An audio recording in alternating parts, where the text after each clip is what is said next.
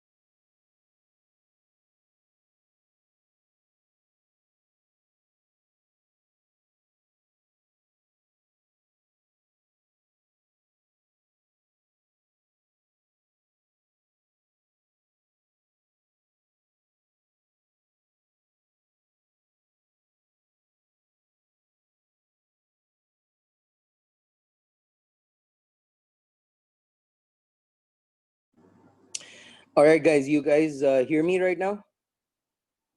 आवाज आ रही है? Yes, sir. Perfect. Okay, चलो शुरू करते हैं बेटा. मैंने ये सोचा है कि हमारे पास 44 क्वेश्चंस हैं. वैसे तो ये 35 मिनट्स में होना चाहिए और इंशाल्लाह हम आपके टाइम को स्केल डाउन करेंगे Aahista Aahista. But for starters, पिछले हफ्ते आपको याद होगा हम लोगों ने पहला टेस्ट डिस्कस किया था और इस टेस्ट के हमने 3 सेक्शंस कवर किए थे. मेरी आज कोशिश ये होगी इंशाल्लाह कि हम चारों सेक्शंस कंप्लीट कर लें. मैं हर क्वेश्चन पे समझ लीजिए आपको 1 से 1.25 मिनट दूंगा, जबकि आपको एक क्वेश्चन लेस देन 1 मिनट में करना चाहिए, लेकिन हम 1 से 1.25 मिनट आपको देंगे इंशाल्लाह. ये पहले पेज को देखिएगा जरा. It's basically about a writer and it's about writing text. ठीक है, पहला सवाल बहुत स्ट्रेट फॉरवर्ड है. टेक्स्ट पढ़िएगा जरा please. I want you to read it on your own so that you increase your reading speed and tell me question number 1 में answer क्या होना चाहिए. खुद करेंगे.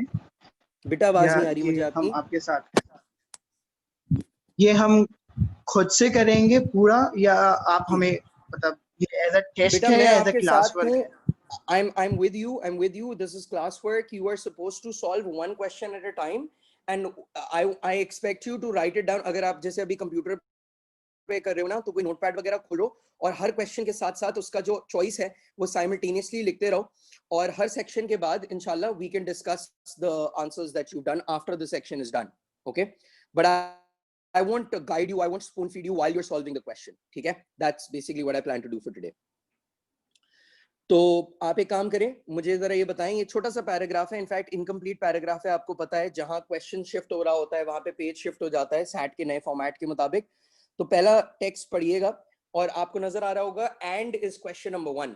अब आप मुझे बताइए एंड की जगह कोई चेंज नहीं होना चाहिए या एंड विद होना चाहिए, एंड ऑल्सो या and competing with. Whatever your answer choices, please write it down on a notepad.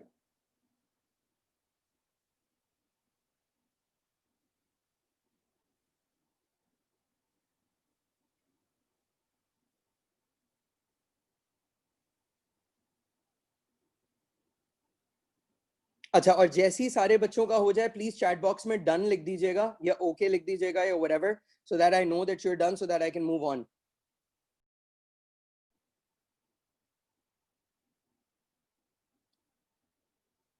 Very good Yasir, come on. Anusha, Rafe, very nice.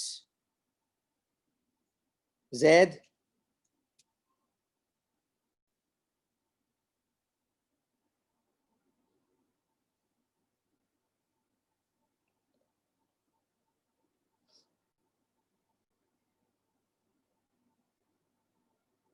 Okay, Rafe is done.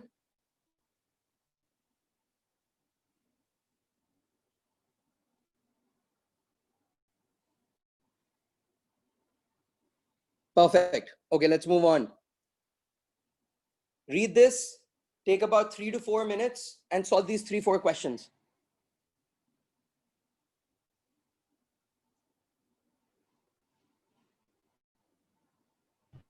So can you please move to page number 1 once again? Okay.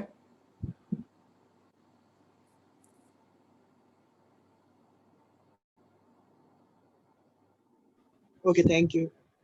No problem.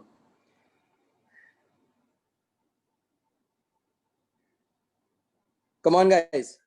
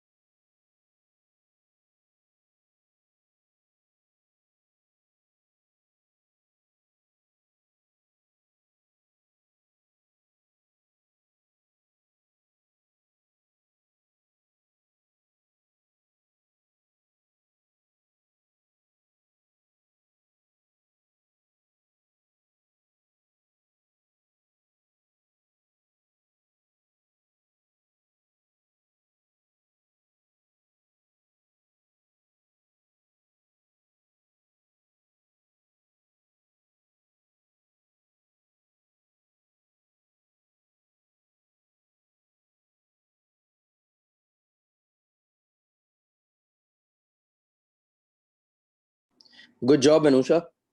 Come on, guys.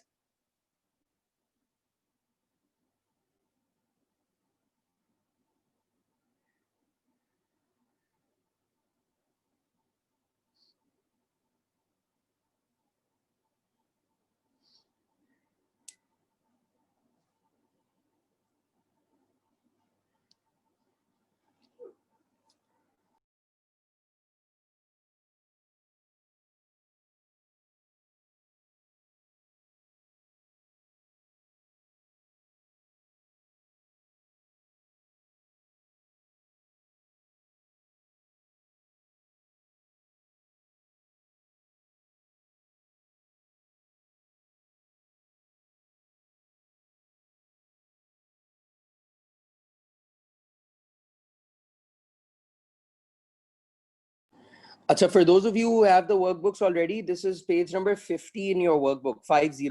Okay.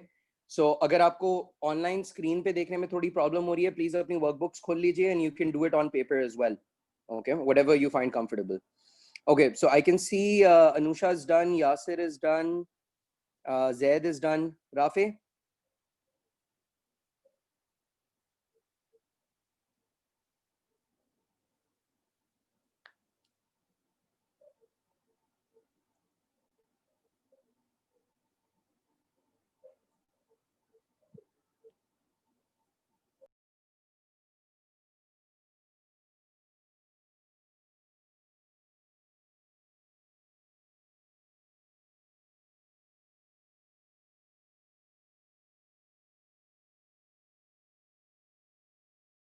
All right, perfect. All of you are done. Let's move on.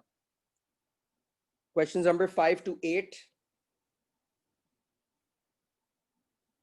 Read the question very carefully. पूछ क्या रहा है सवाल हमसे?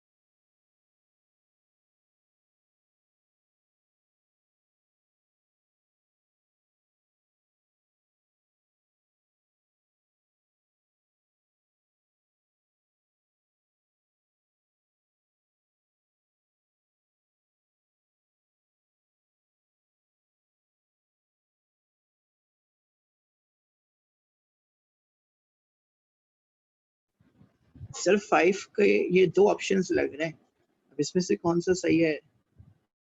दोबारा बताइएगा बेटा, 5 में 2 ऑप्शंस ऐसा लग रहा है कि ये दोनों हो सकते हैं।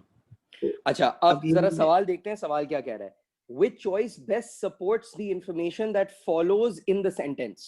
Okay, which choice दिए गए ऑप्शंस में से कौन सा ऐसा ऑप्शन है जो कि फॉलोइंग इंफॉर्मेशन को सपोर्ट करता है? अच्छा, फॉलोइंग इंफॉर्मेशन में क्या लिखा हुआ है? Geisel was an experienced writer and illustrator. Experienced writer and illustrator वाली बात को सपोर्ट इन चारों में से कौन सा कर रहा है? तो आंसर ये नहीं होना चाहिए? जी यही था, मैं बी और डी में कंफ्यूज था। हाँ, कि बिकॉज बेटा देखो आगे वाली, हाँ, है। एक्सपीरियंस राइटर है ना, तो डेफिनेटली 9 किताबें लिखी हैं बच्चों की और 3 नॉमिनेशंस मिली हैं, तो ये एक्सपीरियंस की मिसाल है। ये है आंसर, तो आंसर इस क्वेश्चन का डी होगा। ओके, शाबाश, आगे पढ़ें।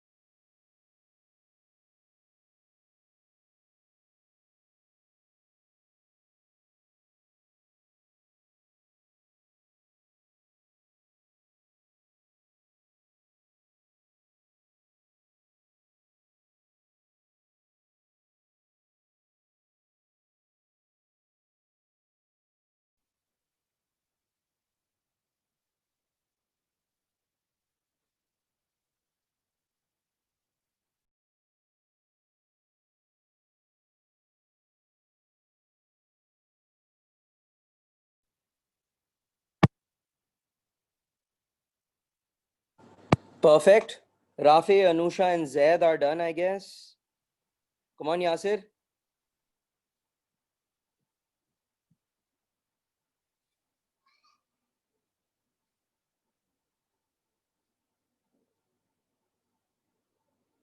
कुछ सवाल बहुत इजी हैं इसमें वाकई, और मतलब इंशाल्लाह भी हम सेक्शन कंप्लीट करके इसको डिस्कस करते हैं। कुछ सवाल बहुत ही ज्यादा इजी हैं, आगे बढ़ते हैं। these are I guess the last 3 questions of the first section. इसको जरा पढ़िएगा please.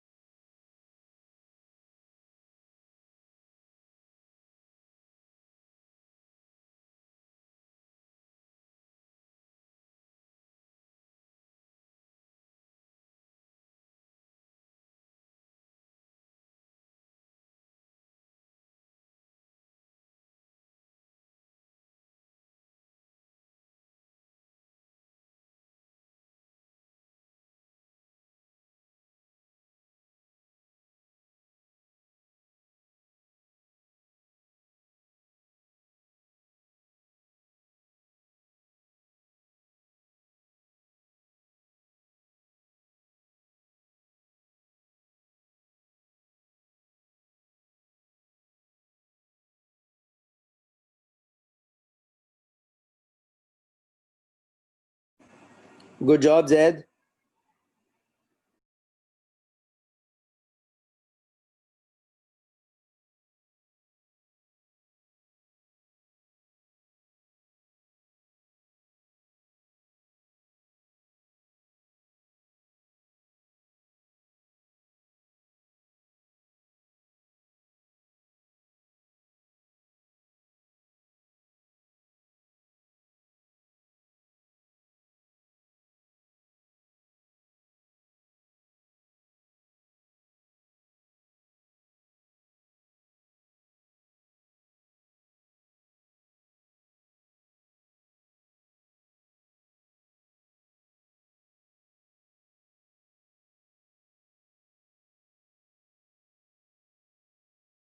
All right, all of you are done?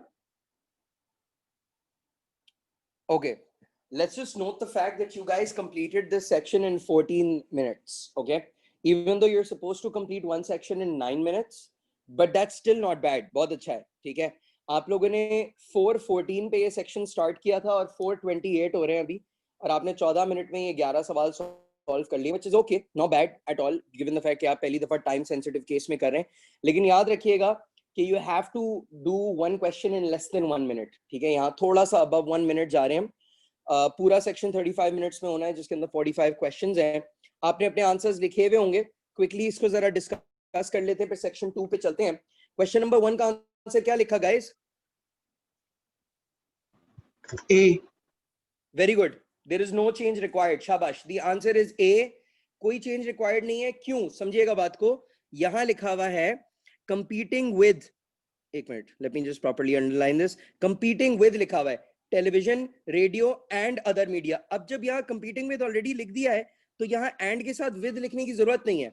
और आप ये बात जानते हैं कि एंड ऑल्सो रिडंडेंट है। एंड और ऑल्सो का एक ही मतलब होता है ना, तो that is redundant. And competing with, ये तो बहुत ही ज्यादा रिडंडेंट हो गया। So the best option is A for alpha, as all of you have pointed out exactly. Let's move on, discuss the second question. Second question में बेटा क्या लग रहा है आपको, आंसर क्या होना चाहिए? Exactly, the answer must be D. The answer must be D. उसकी जरा वजह समझ लीजिए। बच्चों की किताबों को इंटरेस्टिंग बनाने की कोशिश की जा रही है, ठीक है? अगर मैं पिछला पैराग्राफ देखूं तो यहां देख लीजिए क्या लिखा हुआ है कि Hershey noted that the reading material available to grade schoolers had a hard time competing with television, radio, and other media for children's attention. One solution he proposed was to make, children's books more interesting. Acha, more interesting how?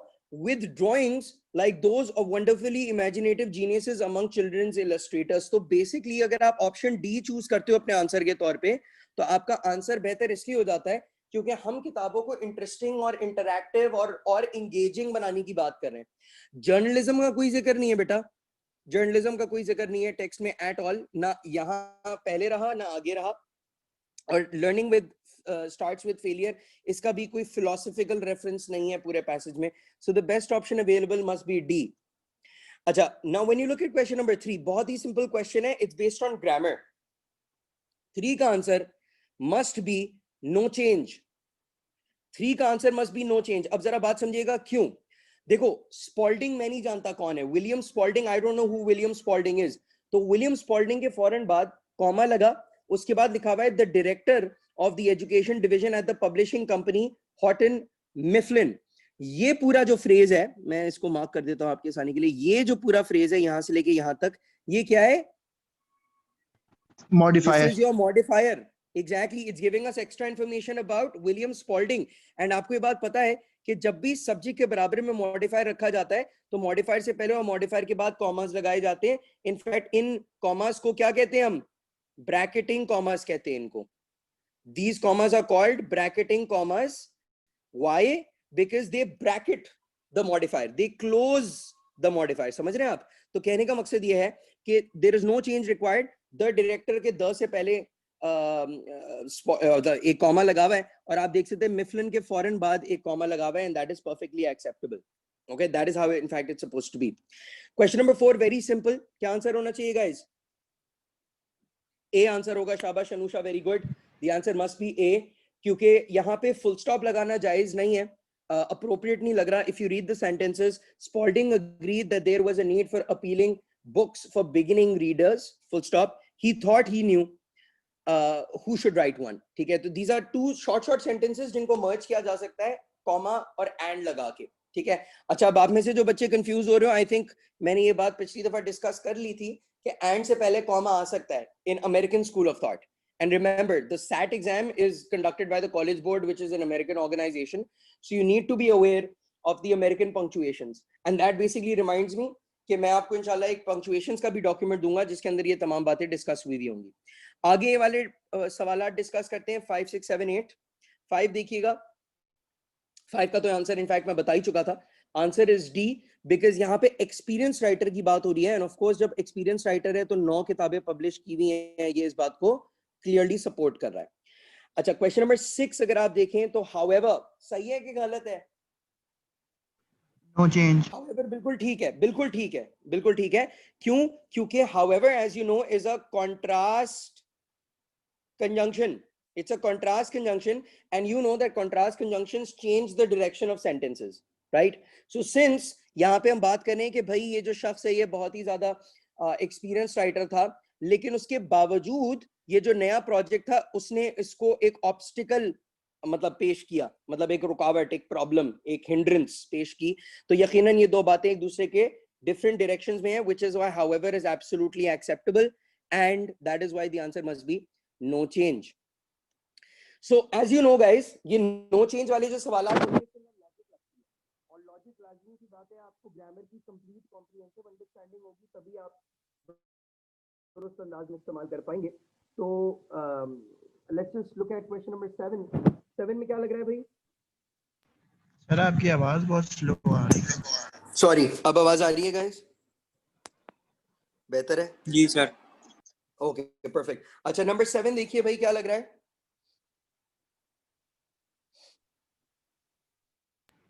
D. D लग रहा है. Anusha, what do you think? और dog. Right, what do you think? Anusha thinks सी.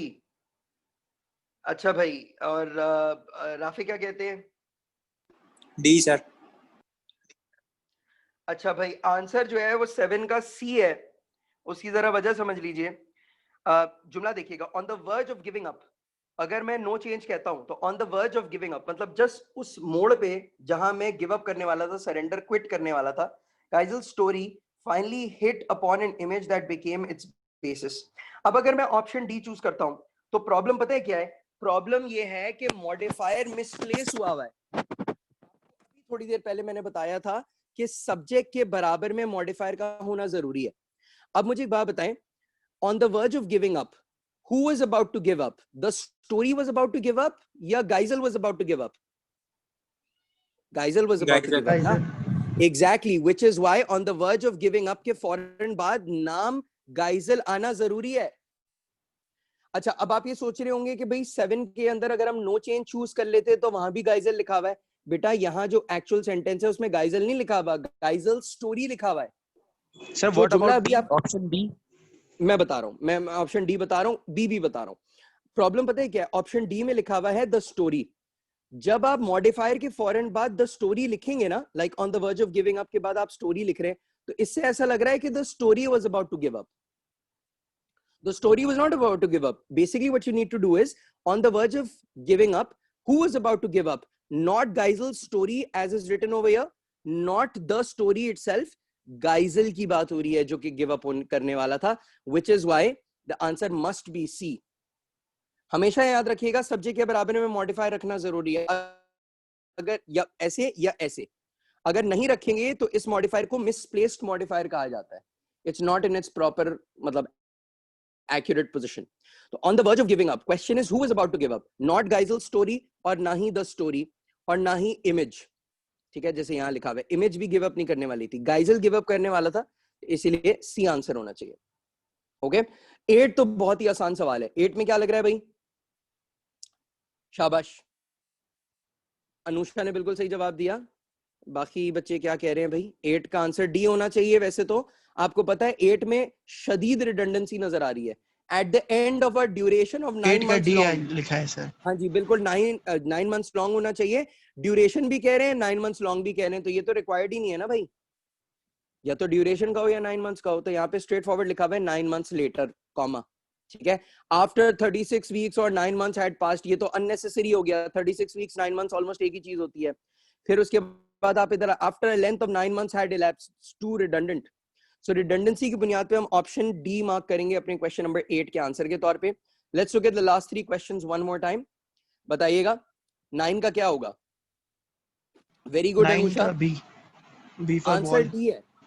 नहीं, answer D है। उसकी वजह ये है कि आप बात समझिएगा। नहीं, the answer is D, D for David. Let me tell you why. The book was a hit.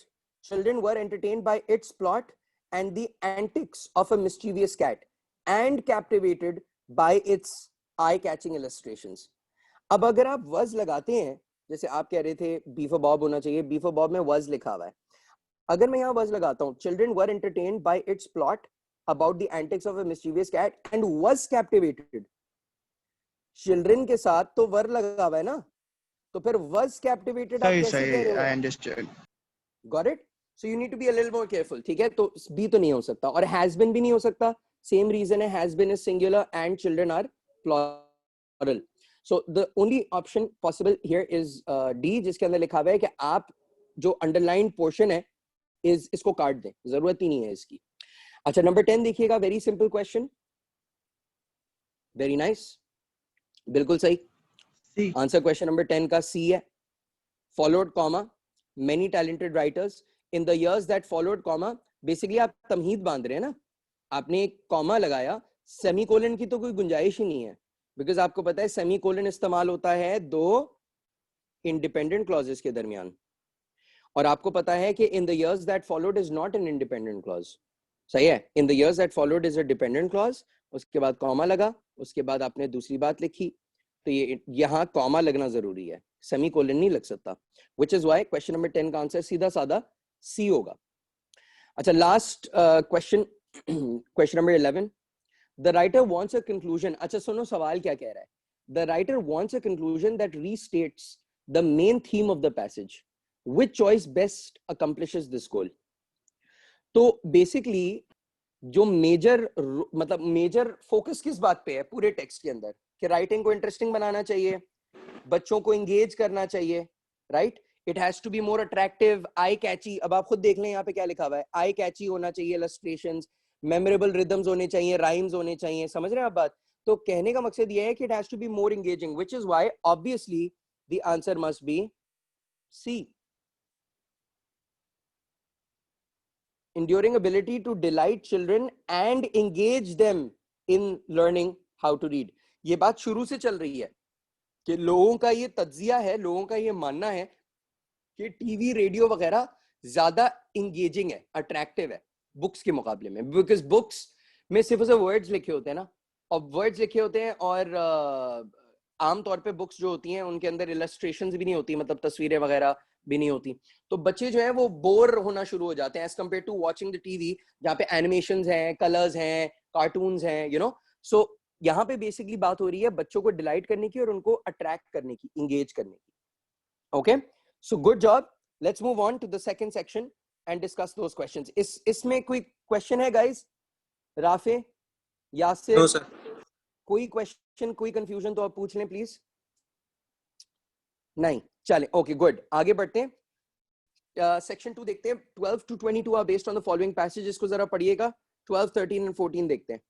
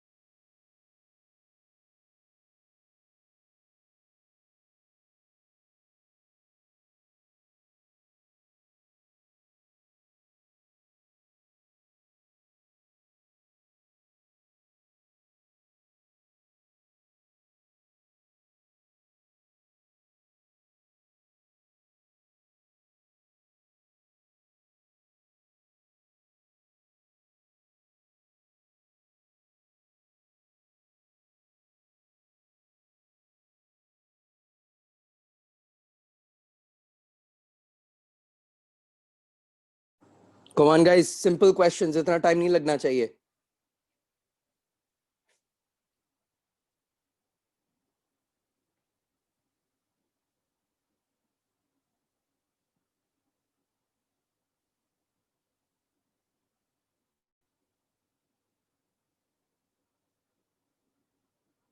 Very good.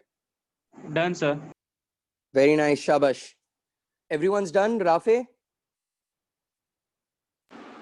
No sir. Okay, चलो शाबाश बेटा, करो।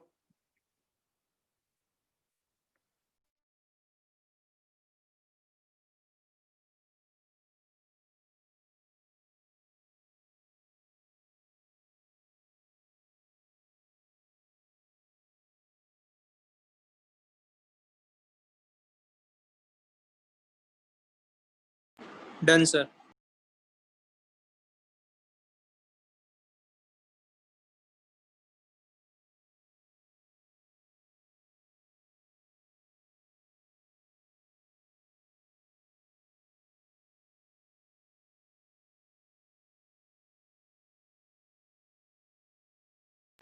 Sir, I haven't worked on the last time.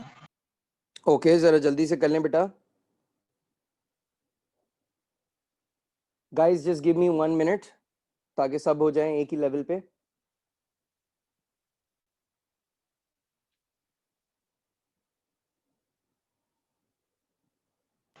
Okay. हो गया? चलो, let's move on। लेकिन नाम 15, 16, 17।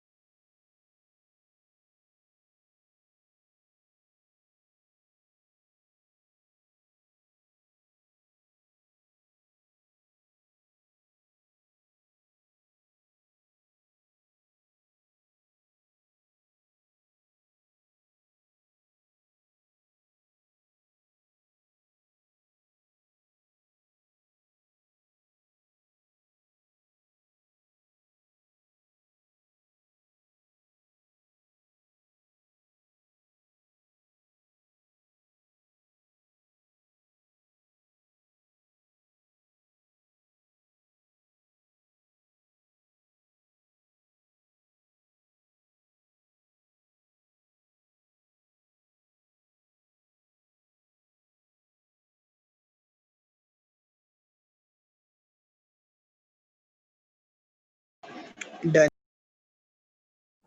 Okay, perfect. Come on everyone. Done, sir. शाबाश. कौन रह गया? जैद. Done. ओके चलो आगे बढ़ते हैं. शाबाश. Good job. स्पीड पकड़ रहे हैं आप लोग. Very good.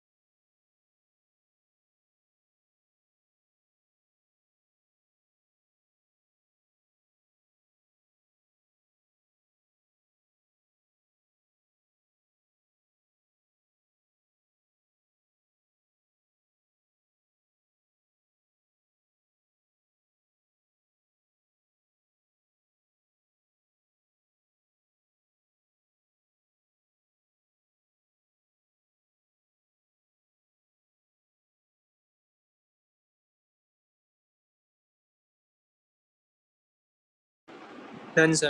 Done. Very nice. शाबाश. आगे बढ़े.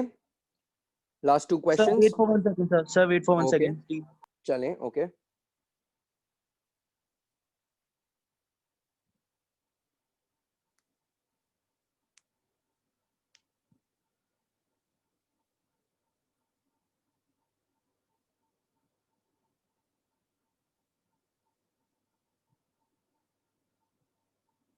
Done, sir. Perfect. Okay, let's move on. Last 2 questions, guys.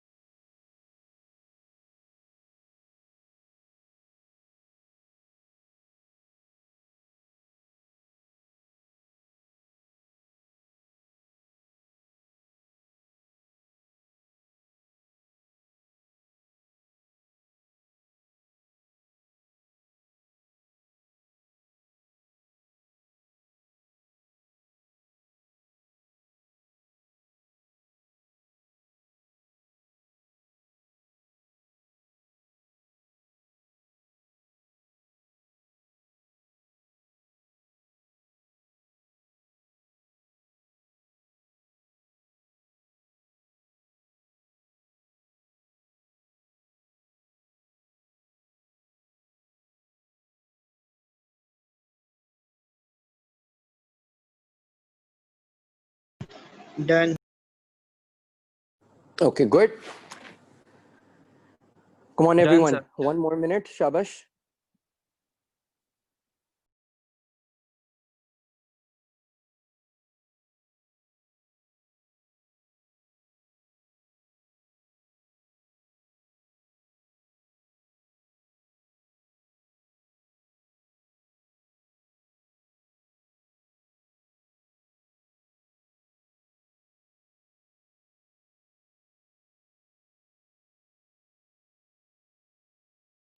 Okay, Done, everyone's sir. done. इसको जरा डिस्कस कर लेते हैं. Second passage. अच्छा, अब मैं ही इसलिए कह रहा था कुछ सवाल काफी स्ट्रेट फॉरवर्ड हैं क्योंकि यहाँ पे क्वेश्चन नंबर 12 और क्वेश्चन नंबर 14 तो ग्रामर पे बेस्ड है. ठीक है. क्वेश्चन नंबर 12 के अंदर हमारा आंसर क्या होना चाहिए?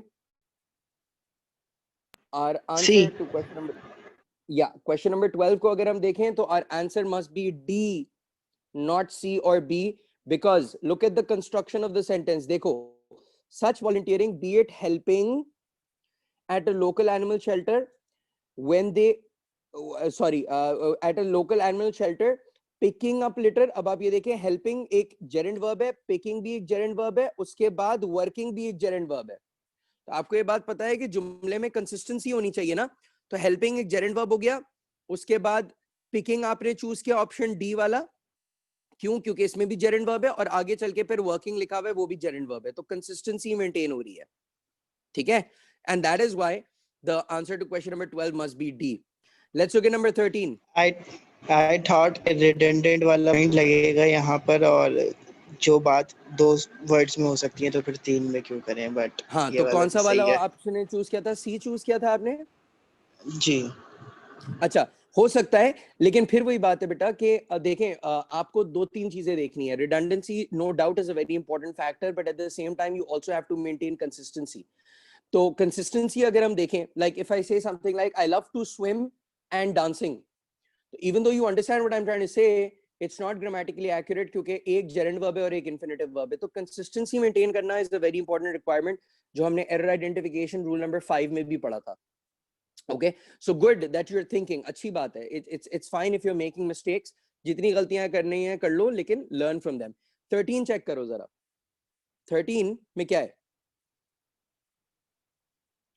क्या आंसर होना चाहिए guys? No change is required. क्यों? क्योंकि हम ट्रांजिशन शो करना चाह रहे हैं. देखें फिर वही बात, इंट्रोडक्टरी पैराग्राफ में इन्होंने ये कहा कि कुछ लोग ऐसे हैं जो कि कहते हैं कि भाई वॉलंटियर सर्विस को कंपलसरी कर देना चाहिए. तो by definition voluntary and compulsory are opposites of one another. ठीक है? मतलब वॉलंटियर इंसान अपनी मर्जी से करता है, कंपलसरी वो है जो कि जबरदस्ती करना होता है.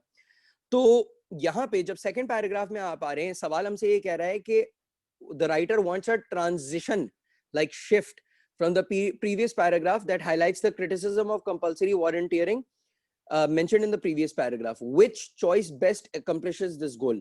Whatever the work may be, ये तो बिल्कुल ये relevant है. For many students, इससे transition show नहीं हो रहा. Fortunately for communities in need, that is also not showing a transition. तो जिस तरीके से लिखा हुआ है, by its very definition, volunteer work is done willingly. तो by its very definition से हम क्या बता रहे हैं? हम एक contrast मतलब क्रिएट करने की कोशिश कर रहे हैं कि भाई डेफिनेशन के अंदर जब लफ्ज वॉलंटियर शामिल है तो इसका मतलब है वो मर्जी से होना चाहिए.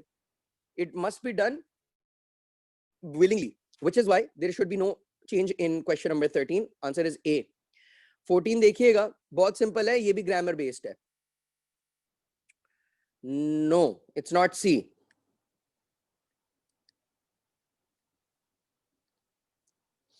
The answer is D. The answer is D. अब सुनिएगा D आंसर क्यों है. देखिए ऑफिशियल्स के साथ ये जो अपॉस्ट्रोफी लगा हुआ है ना, ये ठीक नहीं है, क्योंकि अपॉस्ट्रोफी लगता है ओनरशिप बयान करने के लिए. हम यहाँ स्कूल्स के ऑफिशियल्स की बात कर रहे हैं, यहाँ पे सिर्फ लफ्ज ऑफिशियल्स एक प्लूरल है. इट्स नॉट ऑफिशियल्स की बिलोंगिंग. तो अपॉस्ट्रोफी लगाने की कोई जरूरत नहीं है नंबर 14 के ऑफिशियल्स में. अलबत्ता यहाँ आगे जो बात लिखी हुई है स्टूडेंट्स, स्टूडेंट्स की चॉइसेस. अब आपको ये बात पता होनी चाहिए कि there is a difference between this and this. क्या डिफरेंस है Yasir? Sir, one is highlighting the one student and other is or the so many students. For example, apostrophe S Plural. is for one हाँ. and the other is for plural. All the students Exactly. in the class.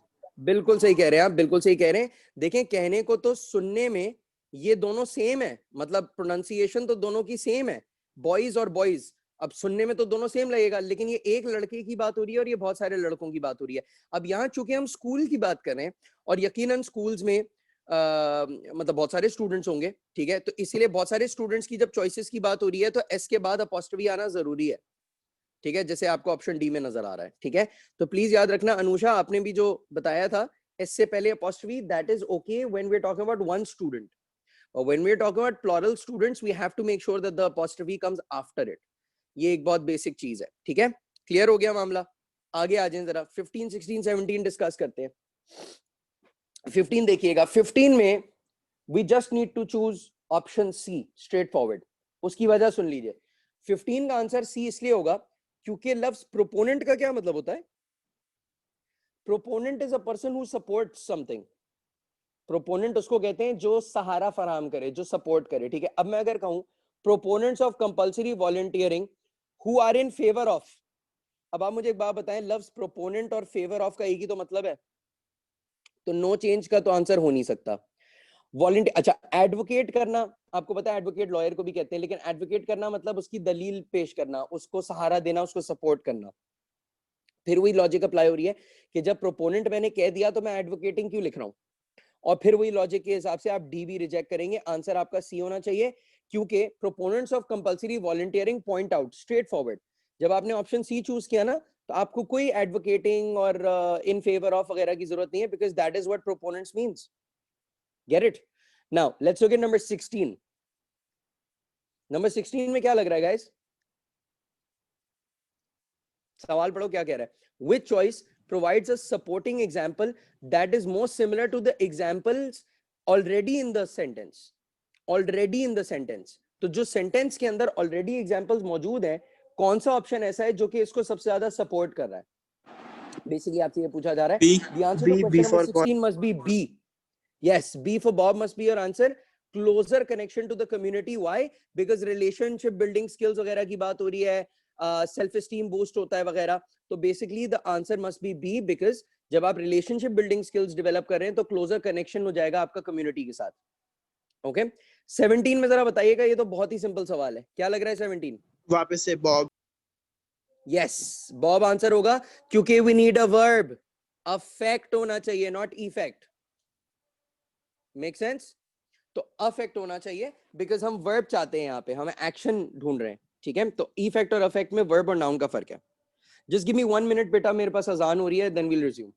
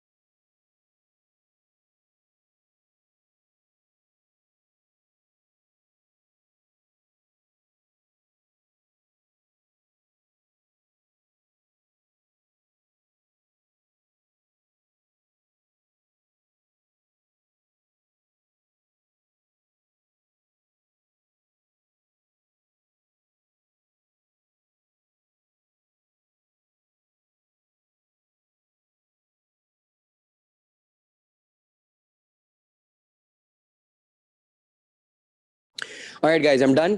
ठीक है, 17 हो गया था, let's move on.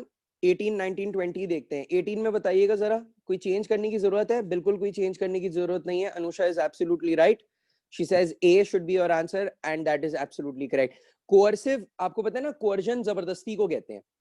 Forcible भी मिलता जुलता मतलब है, जो फोर्सिबली कोई चीज की जाए, ठीक है, एडजेक्टिव है वैसे तो फोर्सेबल। और इंपेरेटिव जरूरी को कहते हैं। आई मीन देखो, इंपेरेटिव और मैंडेटरी एक दूसरे के बहुत करीब है, बट सवाल यह है कि अगर जुमले में कोई गलती है तो आप उसको चेंज करेंगे ना, अगर कोई गलती नहीं है तो ऐसी थोड़ी सिनोनिम्स आपको ढूंढने हैं। लाइक एक दफा एक सवाल आया, ही वाज एग्जॉस्टेड, और उसकी जगह एक ऑप्शन में दिया हुआ था वेरी टायर्ड, तो एक बच्चे ने कहा भाई एग्जॉस्टेड की जगह वेरी टायर्ड लगा देना चाहिए। तो मेरा ये सवाल था कि अगर एग्जॉस्टेड गलत है तो उसको चेंज करेंगे ना हम वेरी टायर्ड में, आपको जरूरत ही नहीं है ऐसी वेरी टायर्ड लिखने की। if there is something wrong then you change it. तो यहाँ पे mandatory is fine, which is why imperative, even though imperative and mandatory mean almost the same thing, you don't need to change it because it's the actual sentence is correct. 19 देखते हैं, 19 क्या लग रहा है guys? What about forceful? कौन सा forcible? Forcible, देखो forcible तो बहुत ही ज्यादा जबरदस्ती Why हो जाएगा can't ना, forcible be an answer? because forcible का मतलब है जो जबरदस्ती की जाए। जबरदस्ती और जरूरी में एक फर्क है। मतलब the word mandatory means जरूरी, something which is important, something which is necessary. Forcible is something which is जबरदस्ती, जो मतलब by force करवाई जाए, and there's a difference between the two. मतलब एक चीज है जरूरी, लाइक खाना खाना जरूरी है, लेकिन खाना खाना फोर्सेबल नहीं है। फोर्सेबल तब होगा जब आपको कोई जबरदस्ती फीड करा रहा होगा खाना। तो there is a difference, they are not the same thing. अच्छा 19 अगर आप देखें तो 19 में आंसर क्या होना चाहिए? हम थोड़ी देर पहले सेमीकोलंस की बात कर रहे थे। B for boy. The answer to question number 19 must be D. Why? Semicolon का दुरुस्त इस्तेमाल दो इंडिपेंडेंट क्लॉजेस के दरमियान, ये अभी आपको थोड़ी देर पहले मैंने बताया था। Which is why, if you look at this, she found that students who were required to volunteer rushed to complete their service hours in early school, in early high school. ठीक है, ये पूरा यहां से लेके यहां तक ये एक इंडिपेंडेंट क्लॉज है। आगे जब यहां से लेके यहां तक बात लिखी हुई है, ये भी एक इंडिपेंडेंट क्लॉज है। आप इन दोनों को take 1 minute and read these two parts separately. आपको फील होगा कि यहां से लेके यहां तक जो है ये एक कंप्लीट सेंटेंस है, और यहां से लेके यहां तक भी एक कंप्लीट सेंटेंस है, जिसकी वजह से आप उस सेंटेंस को अलाइव रखते हुए सेमीकोलन इस्तेमाल कर रहे हैं ऑप्शन डी में।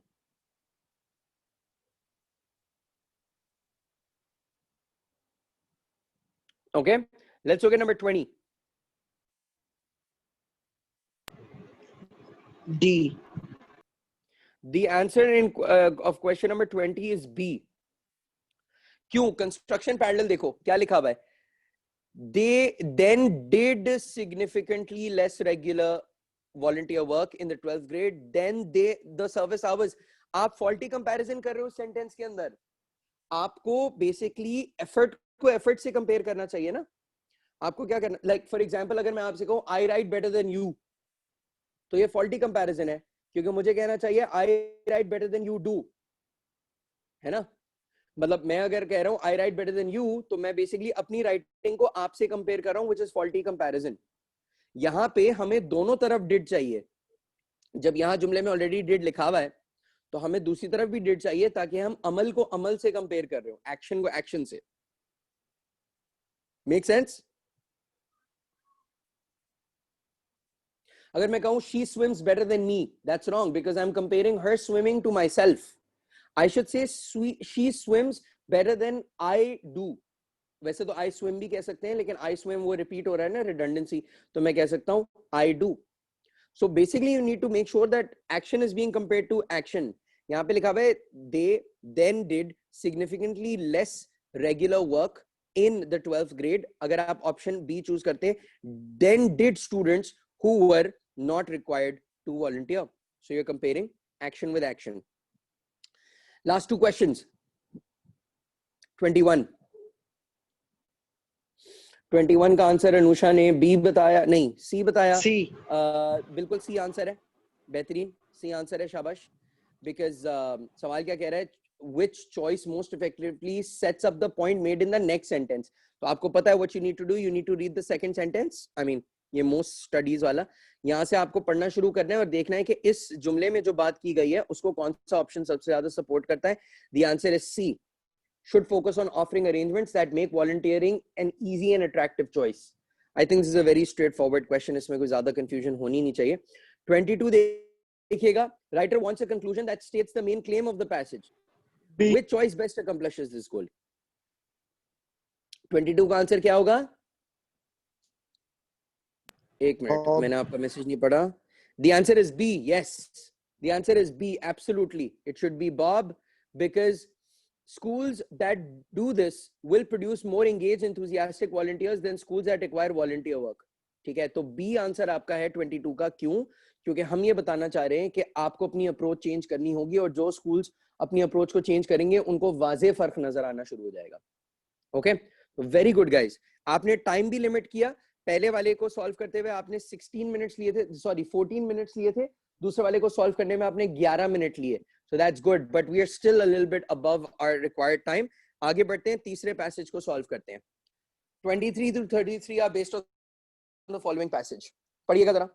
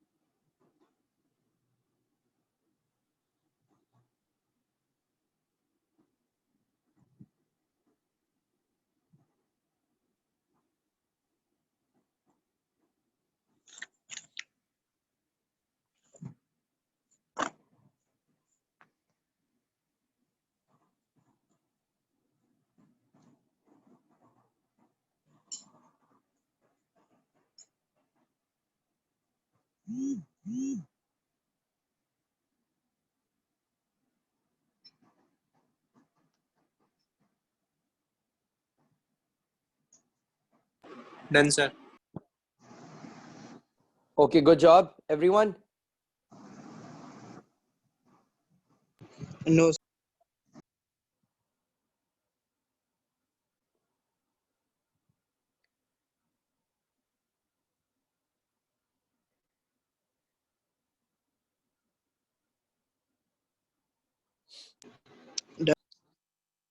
Okay, very good. Anusha, Rafe. Done, sir. Okay, Done, sir. Anusha. Okay, perfect. Okay, आगे बढ़ते हैं. इसको देखिएगा, ग्राफ्स भी आते हैं, आपको याद है पिछली दफा भी हमने ग्राफ्स किए थे. I think they're pretty simple, बस थोड़ा सा ध्यान देना होता है. पढ़िए शाबाश.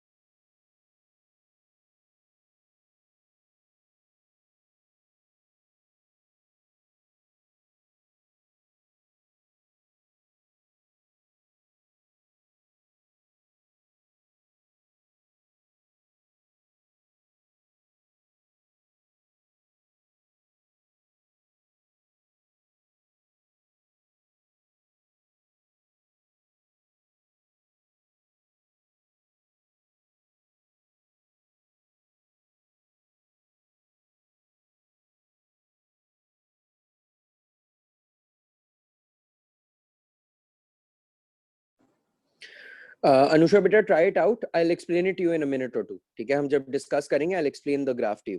आप ग्राफ में देखें ना, जीरो स्केल से ऊपर क्या है और जीरो स्केल से नीचे क्या है. मतलब यहाँ आपको नजर आ रहा होगा नेगेटिव वैल्यूज हैं, यहाँ आपको नजर आ रहा होगा पॉजिटिव वैल्यूज हैं. तो नेगेटिव वैल्यूज क्या डिनोट कर रहे हैं और पॉजिटिव वैल्यूज क्या डिनोट कर रहे हैं.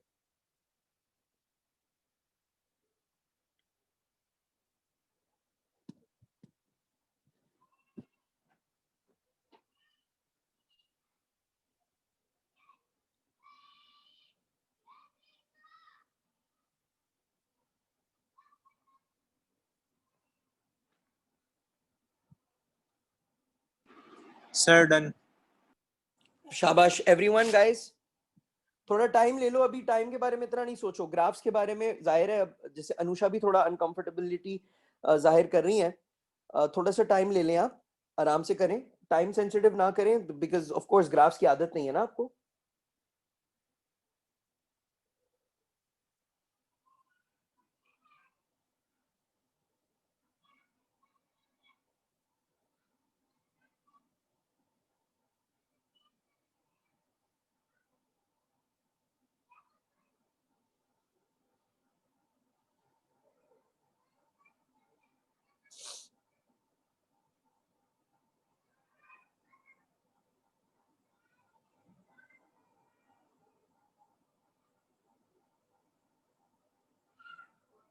Done, sir. Okay. Let me check. Everyone's on the same page. Rafe, Done, sir. शाबाश. और Anusha.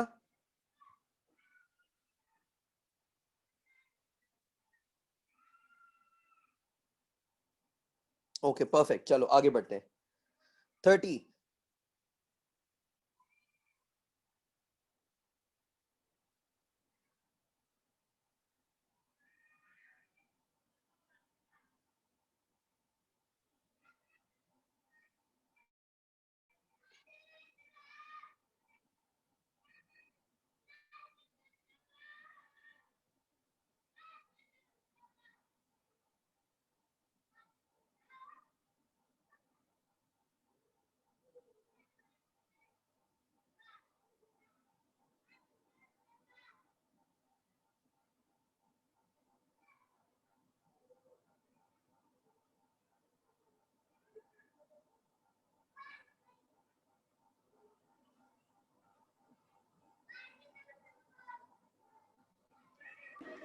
Done, sir. Very simple question है ना. चलो आगे बढ़ते हैं. 31, 32, सर 33. Last two. 2 मिनट. अच्छा अच्छा, ओके, वापस चलते, सॉरी.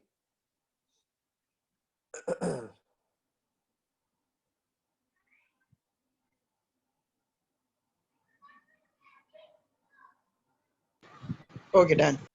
डन. ओके, शाबाश. आगे बढ़ते हैं.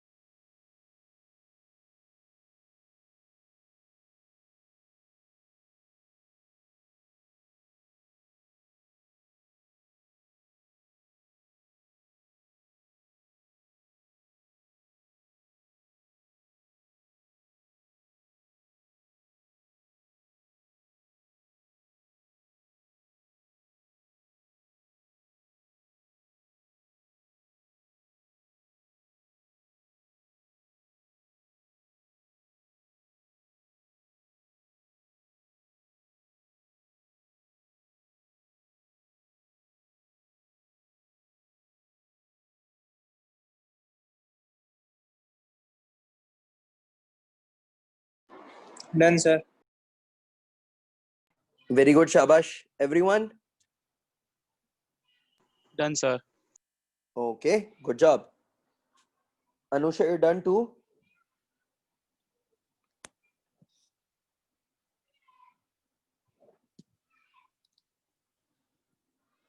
ठीक है भाई, इसको चलें अब डिस्कस करते हैं बेटा. ग्राफ था तो थोड़ा सा यूनिक था ये टेक्स्ट. खैर इतना मुश्किल बिल्कुल भी नहीं है. नंबर 23 से हम इसको स्टार्ट करते हैं. क्वेश्चन नंबर 23 में क्या लग रहा है, आंसर क्या होगा?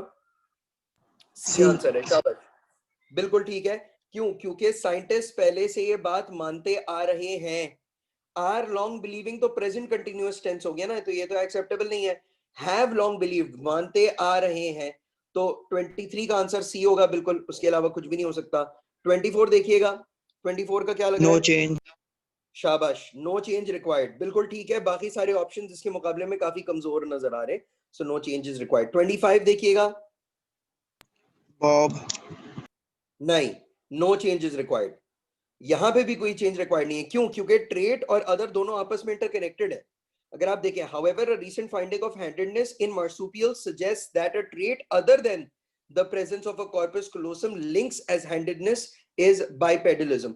तो basically what you need to understand is comma तो हम, जैसे आप बॉब कह रहे हैं, कॉमा तो तब लगाएंगे ना जब हम दो अलग अलग बातों के बारे में बात कर रहे हो, या जब दोनों के दरमियान कोई डायरेक्ट कनेक्शन ना हो. यहां तो यू कैन सी के ट्रेट और अदर दोनों बहुत डायरेक्टली कनेक्टेड है, which is why the answer should be A, no change. Okay, let's look at 26. Very simple. शाबाश. Correlates with. Very nice. देखिए links as से बेहतर है correlate करना. आपको पता है ना, correlation आपने शायद statistics में पढ़ा होगा, A levels maths में आपने S1 में पढ़ा होगा correlation और causation का फर्क. तो correlation is basically when two events happen at the same time. ठीक है, they are related to one another. ठीक है, मतलब in the sense they are happening at one time. Causation तब होती है जब one is causing the other. ठीक है, तो यहाँ पे ये बात दिखाई जा रही है. लिंक्स एज से बेहतर है कि हम कोरिलेट्स विद. अब आप ये सोच रहे होंगे कोरिलेट्स फ्रॉम क्यों नहीं, तो कोरिलेट के साथ फ्रॉम कभी भी नहीं आता. क्योंकि हम बात क्या कर रहे हैं, कोरिलेट का मतलब है दो चीजें जब साथ चल रही हो तो यकीनन विद आएगा ना, एक दूसरे के साथ विद लगेगा, फ्रॉम नहीं लगेगा।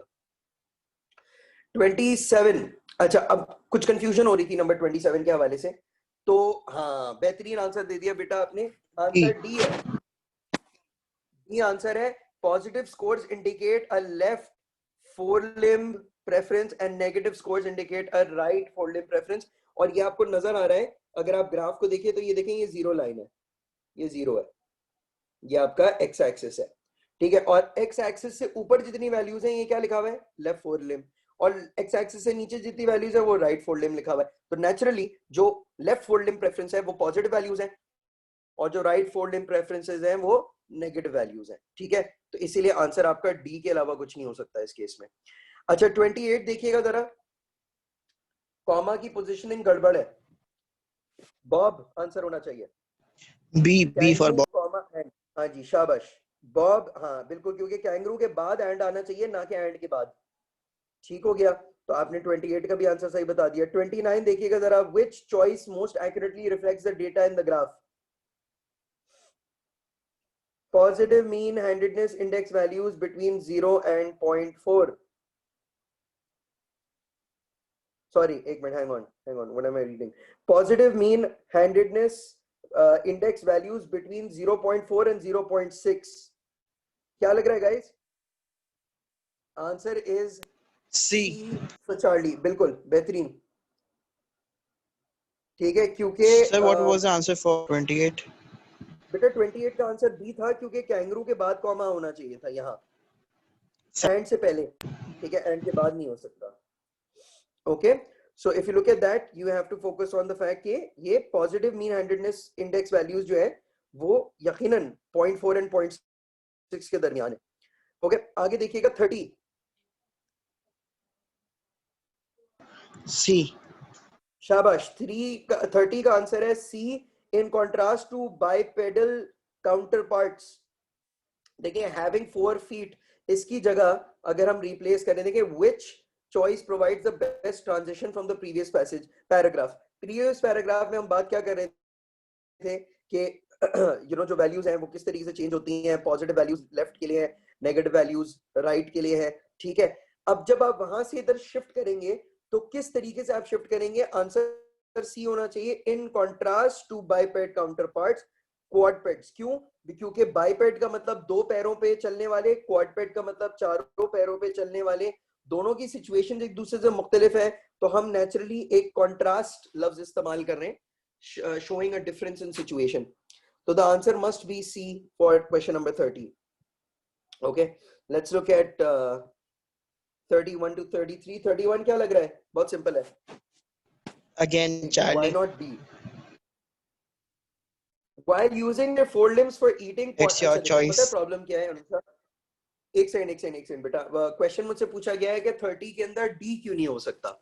डी इसलिए नहीं हो सकता क्योंकि while using their forelimbs for eating, quadruplets marsupials in the study did not। अच्छा प्रॉब्लम पता है क्या है, while से हम ये शो कर रहे हैं कि दोनों चीजें एक ही बात के बारे में बात कर रहे हैं, ठीक है, क्योंकि what we're showing is while means during, मतलब इसके साथ साथ, और हम बेसिकली ये बताना चाह रहे हैं कि बाइपेड्स और क्वाडपेड्स की सिचुएशन मुख्तलिफ है एक दूसरे से, जिसकी वजह से लफ्ज कॉन्ट्रास्ट का इस्तेमाल बेहतरीन होगा, क्योंकि टू पेड जिनको बाइपेड कहा जाता है are different from four ped. Ped basically पैरों को कहते हैं, ठीक है, तभी पेडल होता है ना साइकिल का, जो कि पैरों से चलता है, पेडल। उसी तरीके से पेडिक्योर होता है, पेडिक्योर पैरों के नाखूनों का होता है पेडिक्योर, ठीक है जी। उसी तरीके से पेडिस्टल फैन पैरों पे खड़ा होता है, पैदल चलने वाले को पेडिस्ट्रियन कहते हैं। तो कहने का मकसद यह है कि पेड मींस पैर, फीट, तो बाइपेड एंड क्वाडपेड की सिचुएशन एक दूसरे के ऑपोजिट है, डिफरेंट है, जिसकी वजह से कॉन्ट्रास्ट वाला जो फ्रेज है ना वो होना जरूरी है। ओके अच्छा 31 की बात कर रहे थे बेटा, आप मुझे बता रहे थे 31 में kangaroos do still not exhibit handedness to the, क्या होना चाहिए 31 का आंसर क्या होगा? 31 का आंसर मेन, देखो मेन सवाल देखो ना क्या कह रहा है, which choice presents a main claim of the passage? The answer must be B, Bob. For the marsupials in the study, then handedness seems to be associated with bipedalism. ठीक है, because that is the main idea for the passage. क्यों? क्योंकि ये आगे भी information में connected है कि भाई बाइपेड्स जो है वो अपने 2 पाँव इस्तेमाल करते हैं, क्वाडपेड्स जो है वो 4 पाँव इस्तेमाल करते हैं। तो basically that's the main claim of the passage. B would be the best option. बाकी अगर आप देख लें, there are many things scientist do not understand about the marsupial brain, ये आपका आंसर हो नहीं सकता। Additional studies on this phenomenon will need to be performed on other mammals. Other mammals की बात ही नहीं हो रही, हम तो सिर्फ specifically marsupials की बात कर रहे हैं इस पूरे पैसेज में, which is why the answer must be B. अच्छा, नंबर 32 तो बहुत ही आसान सवाल है, क्या होगा? शाबाश, आप बताएं। बी के अलावा कुछ नहीं हो सकता। क्यों? क्योंकि whom और who इंसानों के लिए इस्तेमाल होता है ना।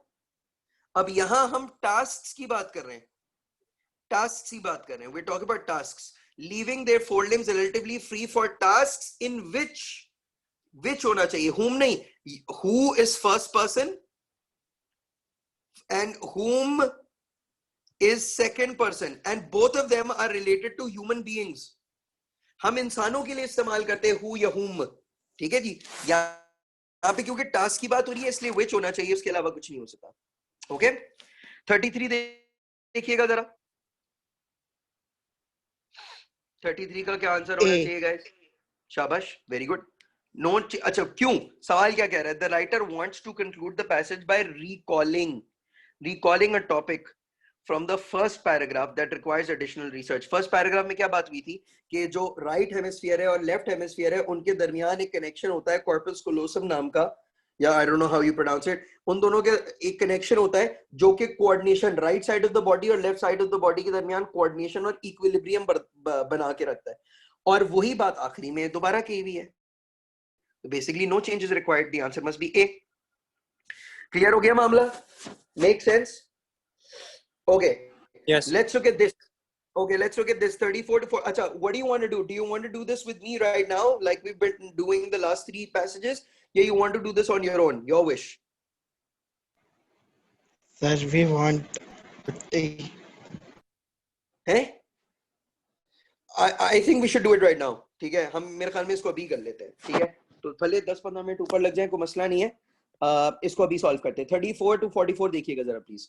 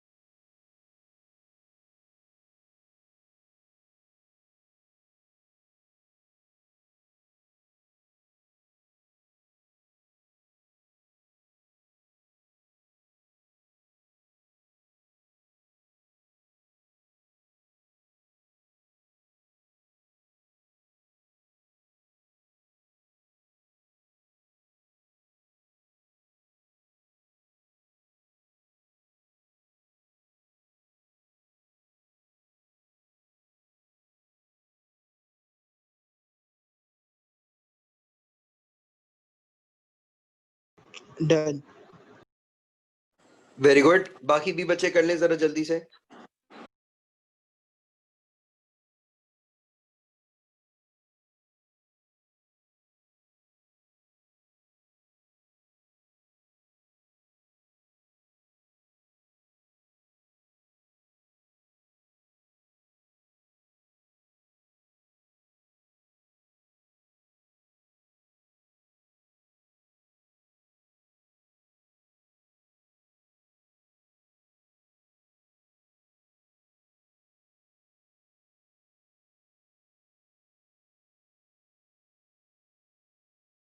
Done. ओके, शाबाश, आगे Done. ये देखिएगा जरा, शाबाश।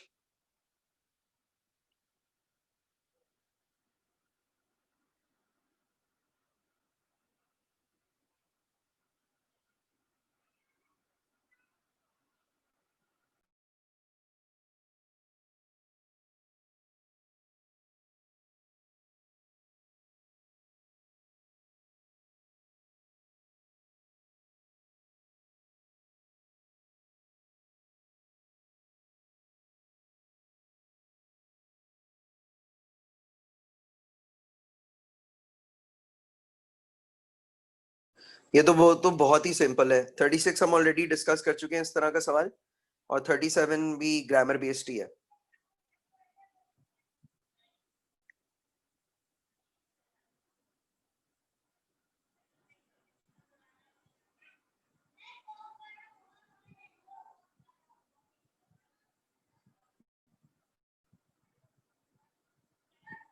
Done, sir. Okay, very good, Done. शाबाश। Okay, let's move on. ये देखिएगा जरा 4 सवाल।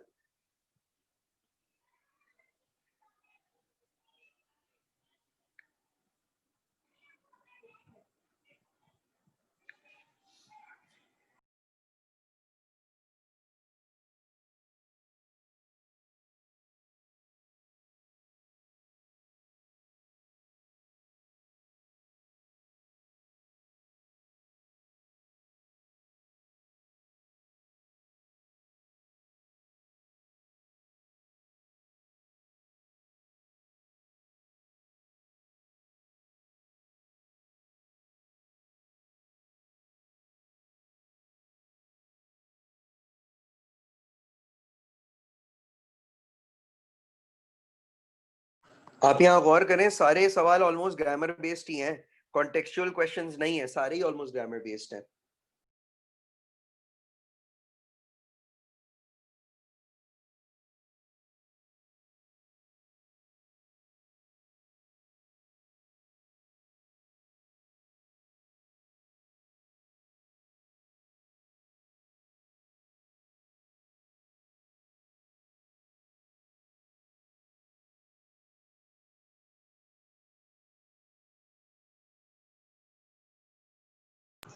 Done. ओके, शाबाश।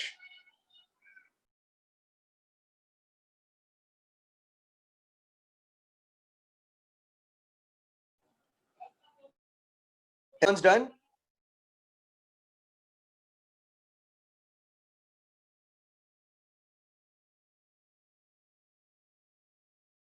Done, sir. Okay, perfect. Let's move on. Last 3 questions, guys.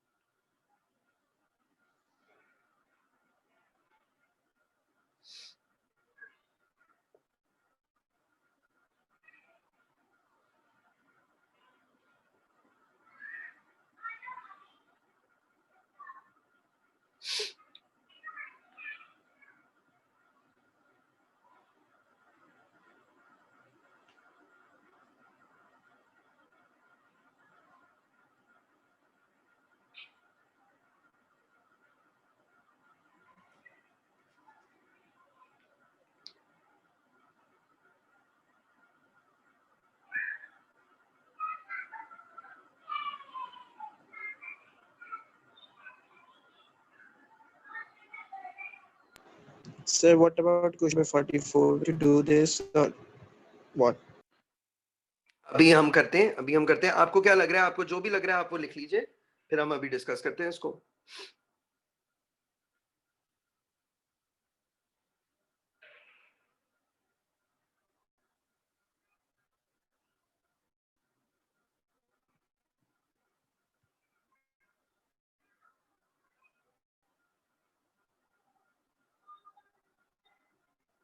Everyone done?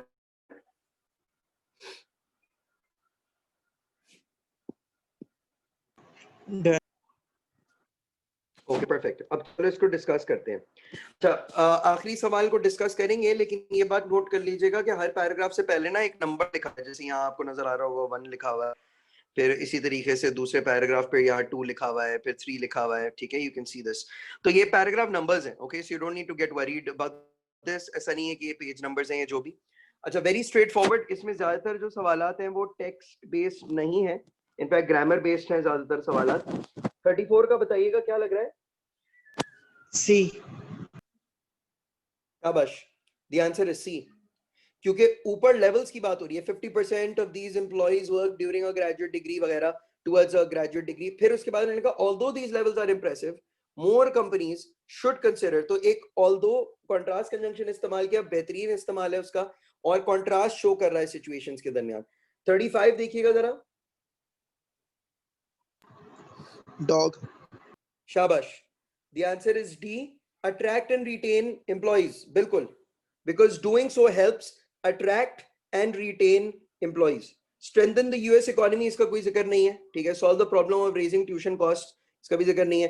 Basically बात ये हो रही है कि एम्प्लॉइज की मतलब जिसे कहते हैं ना एम्प्लॉय रिटेंशन, वो कैसे बढ़ाई जाए, उनको कैसे सेटिस्फाई, मोटिवेटेड उनको कैसे रखें कि वो नौकरी ना छोड़ें और अच्छा परफॉर्म करते रहे। तो ये दोनों सवाल तो हो गए। 36 तो बहुत ही सिंपल है, अभी हमने बात की थी अपॉस्ट्रॉफी वाली। क्या लग रहा है 36 का क्या होगा? सी। यस, अपॉस्ट्रॉफी की जरूरत नहीं है ना वर्कर्स में ना अपॉर्चुनिटीज में। The answer is C, because देखो होना क्या चाहिए, tuition reimbursements, reimbursement programs signal that employees offer their workers opportunities. Workers की अपॉर्चुनिटीज की बात नहीं हो रही है, वर्कर्स अपॉर्चुनिटीज, ठीक है। तो ना इधर अपॉस्ट्रॉफी चाहिए ना उधर अपॉस्ट्रॉफी चाहिए। 36 का आंसर सी होगा। 37 देखिएगा, बहुत सिंपल है। बॉब। शाबाश, बॉब आंसर है। स्ट्रेस्ड, हु स्ट्रेस्ड की जरूरत ही नहीं है, सिर्फ स्ट्रेस्ड लिख लें आप। 38 बताइएगा। चार्ली। शाबाश, क्योंकि हम लिंक शो कर रहे हैं। देखो जब मैं विच इस्तेमाल करूं ना लफ्ज, paying for tuition also helps businesses retain employees, which is important not only because it ensures a skill and experienced workforce, but also because it mitigates the considerable costs of finding. तो basically जब मैं which इस्तेमाल कर रहा हूं तो ये जुमले की कंस्ट्रक्शन आपस में इंटरकनेक्ट हो रही है, कॉज एंड इफेक्ट बन रहा है दो बातों के दरमियान। 39 बताइएगा। 39 का आंसर बेटा फिर चार्ली है, क्योंकि कोई कॉमा की जरूरत नहीं है, डायरेक्टली कनेक्टेड है ये दो बातें। इस तरह का सवाल हमने पहले भी किया था, इनफैक्ट मुझे देखने दें, आई रिमेंबर थोड़ी देर पहले हमने इस तरह का एक सवाल किया था जिसमें कॉमा की जरूरत नहीं थी, बिकॉज दोनों बातें इंटरकनेक्टेड थी। ये नंबर 25 हमने ये सवाल किया था जिसके अंदर मैंने आपको बताया था कि you do not require a comma because the two concepts are interconnected without a pause. Okay, so answer जो है वो सी होगा। शाबाश, 40 बताइएगा। डेविड, शाबाश। अब आपको ये बात पता है, अब आपको ये बात पता है कि देखिए फुल फॉर्म लिखा जाता है यूनाइटेड टेक्नोलॉजीज कॉर्पोरेशन, उसके बाद यूटीसी आपने उसका शॉर्ट फॉर्म लिख दिया। अब यूटीसी के बाद कॉमा लगेगा ना। अब तसव्वुर करो यहाँ पे अगर यूटीसी ना होता तो हम कॉर्पोरेशन के बाद भी कॉमा लगाते। अब यहाँ कॉर्पोरेशन के बाद जब उन्होंने यूटीसी लिखा है तो यूटीसी के बाद कॉमा आएगा। और ये बात याद रखिएगा, जब भी आप किसी बड़े नाम का अब्रीविएशन कर रहे हो तो the first time you have to write the whole name and then you have to write the abbreviation. उसके बाद you are allowed to use the abbreviation over and over again. सही है। जैसे अगर मैं for example transport security administration एक इदारे का नाम है, तो मैं पहली दफा ट्रांसपोर्ट सिक्योरिटी एडमिनिस्ट्रेशन लिखूंगा, ब्रैकेट में लिखूंगा TSA, उसके बाद मैं TSA इस्तेमाल कर सकता हूँ, नो प्रॉब्लम, ठीक है। तो 40 का आंसर डी है। 41 नो चेंज। शाबाश बेटा। Hidden knowledge, large knowledge, spacious knowledge, जगह की तो बात हो नहीं रही है जो हम स्पेशियस नॉलेज इस्तेमाल करें, डीप नॉलेज, ठीक है। इसके अलावा और भी अल्फाज हो सकते थे, इन डेप्थ नॉलेज हो सकता था, या परवेसिव नॉलेज हो सकता था, या प्रोफाउंड नॉलेज हो सकता था। लेकिन of course you do not have to write sentences on your own, you have to choose amongst the options. So given options में तो नो चेंज ही सबसे बेहतर है। अच्छा जी, 42 बताइएगा। डेविड। 42 बिल्कुल बिल्कुल, short, straight forward, correct. Sir, can you repeat the answer of 41?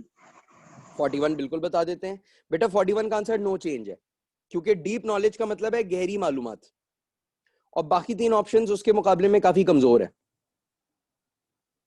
ठीक हो गया।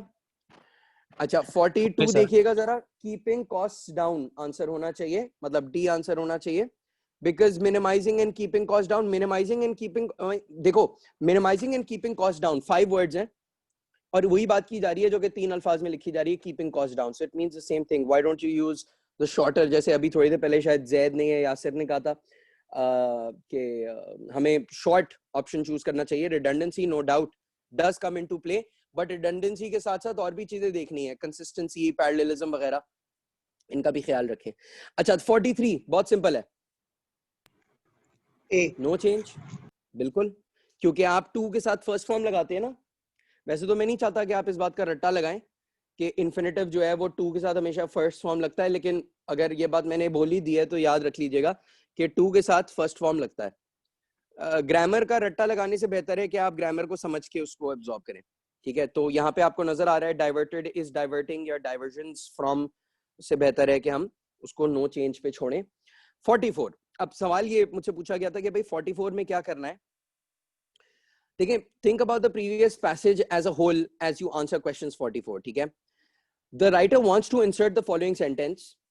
ये sentence है, still since securing an excellent workforce is crucial to a business's success, employers should give serious thought to investing a reimbursement program.